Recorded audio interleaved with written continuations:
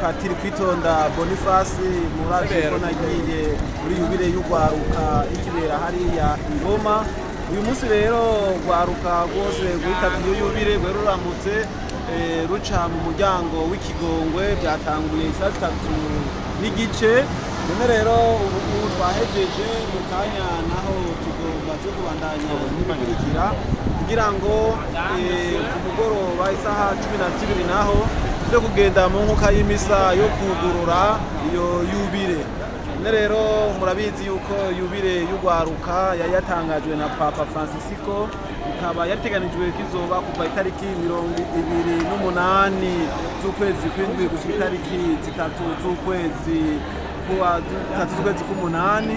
None rero niyo twajemwo twe n'umujene umwe yitwa Gloria Ihuwizeye yaje aserukira ugwaruka nanje cyangwa umuherekeje nawe turahimbawe ko twaciye twakirwa muri diocese ya Tortona, turi kumwe n'ugwaruka rwo muri Tortona, nico gituma mubona n'ivyo nambaye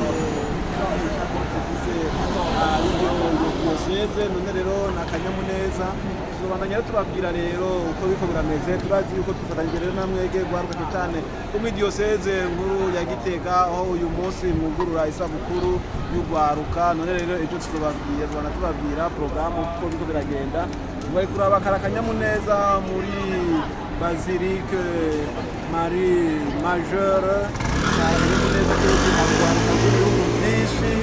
Twagiye rero uco muryango w'ikigongwe kugira ngo ruronke inema ya gose nkuko mubibona n'ubu baracabandanya baca mu muryango w'ikigongwe uko ntibarahera.